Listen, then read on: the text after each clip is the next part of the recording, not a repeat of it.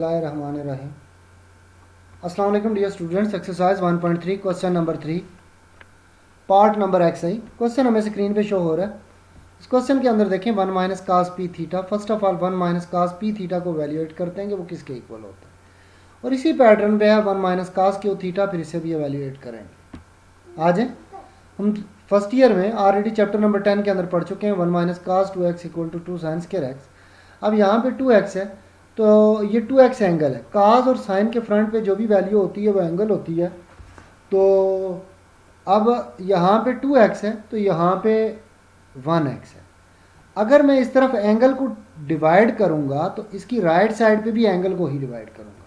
तो यहाँ अगर एंगल 2x को मैं 2 से डिवाइड करता हूँ तो यहाँ भी x को मैं 2 से डिवाइड करूँगा। इसके अलावा बाकी किसी फैक्टर वैल्यू को कोई फ़र्क नहीं आएगा। ठीक है। अब 2 को 2 से डिवाइड करेंगे तो यहाँ आपको मिल जाएगा 1 माइनस काज एक्स और यहाँ मिल जाएगा 2 sine square x bye 2।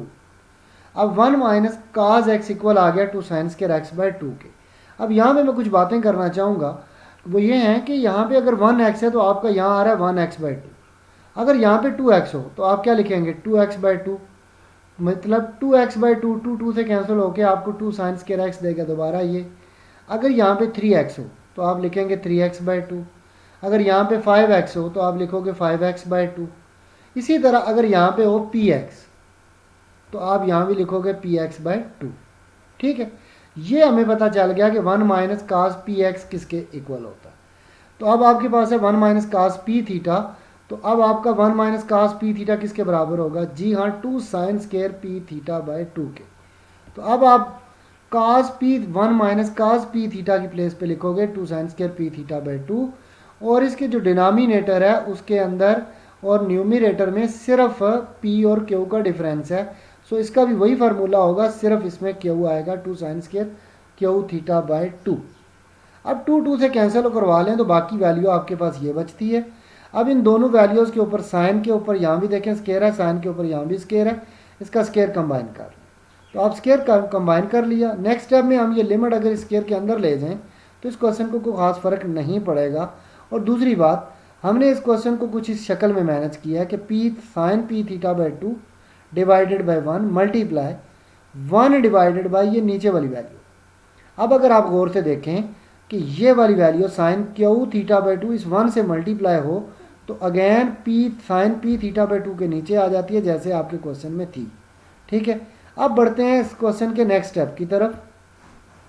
Next step में आप क्या करेंगे कि आप ये करेंगे कि यहाँ पे पी थीटा बाई 2 है तो आपके इस डिनोमिनेटर में भी पी थीटा बाई 2 होना चाहिए। ठीक है। पी थीटा बाई 2 है तो यहाँ डिनोमिनेटर में आपको क्या चाहिए?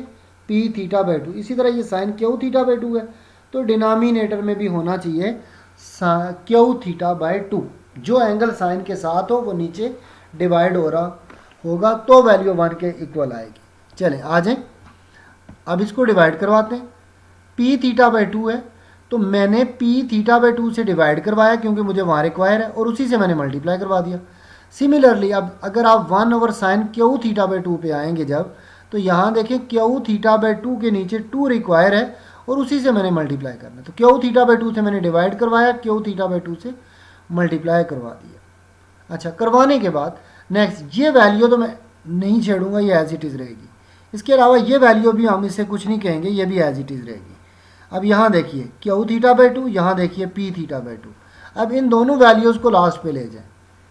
पी थीटा बाई 2 आगे चला जाएगा, और सिमिलरली ये क्यू थीटा बाई 2 जो अजाफी है आपका यहाँ पे इस क्वेश्चन में इस प्लेस पे ज़रूरत का नहीं है, इसे भी उठा के आप नेक्स्ट ले जाएंगे। तो ये जो का डिनोमिनेटर में लिहाजा ये डिनोमिनेटर में जाएगा और पी थीटा बाई 2 न्यूमरेटर में, सो वो न्यूमरेटर में जाएगा। अच्छा, स्क्वायर एज इट इज़ जैसे ऊपर था वो स्टिल चलता आ। अब यहाँ देखिए कि पी थीटा बाई 2 और ये भी पी थीटा बाई 2। अब लिमिट इसके ऊपर लग रही है। लिमिट आप 1 पे तो नहीं लगाएंगे क्योंकि 1 कांस्टेंट है और ये थीटा की लिमिट है तो थीटा पे लगेगी। तो अब ये वाला फंक्शन जो यहाँ क्वेश्चन में आपको डिनोमिनेटर में नज़र आ रहा है, आप इसके ऊपर लिमिट सेपरेट कर लीजिए। जब आप इस पर लिमिट सेपरेट कर लेंगे तो अब इसके अलावा मैं आपको यहाँ से ये बता देता हूँ कि ये थीटा और ये थीटा कैंसिल हो जाएंगे। ठीक है। तो इसके ऊपर थीटा कैंसिल हो गया, लिहाजा ये थीटा की लिमिट इस बे पी नहीं लगेगी, पी थीटा बाई टू और क्यू थीटा बाई टू रह जाएगा आपके पास। अब आप इतने हिस्से पे लिमिट इलादा कर लो, इस हिस्से पे लिमिट इलादा कर लो। आपने लिमिट्स को सेपरेट करवा दिया, यहाँ पे आपके पास P theta P by two divided by Q by two रह गया। इसे रखने के बाद अब ये वैल्यू किसके इक्वल होगी? ठीक है जी हाँ, ये वैल्यू अब 1 के इक्वल होगी, तो इसकी प्लेस पे लिखिए 1 क्रॉस 1 डिवाइडेड बाय ये वैल्यू किसके इक्वल होगी? ये भी 1 के इक्वल होगी। कैसे? ये वैल्यू 1 के इक्वल इसलिए है कि जो एंगल होता है वही एंगल अगर डिवाइड हो रहा हो और अगर थीटा जो वैल्यू थीटा की गिवन हो वो यहाँ पुट करने से ये वैल्यू 0 हो जाती हो, तो इट मीन्स दैट कि फिर ये वैल्यू 1 के इक्वल होती है।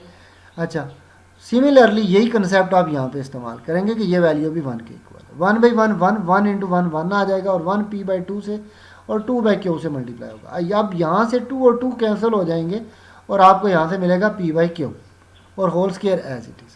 पी का स्केयर सेपरेट करवा दें, क्यू का स्केयर सेपरेट करवा दें, यूँ आपका ये क्वेश्चन का सोल्यूशन जो है वो कंप्लीट हो जाता है।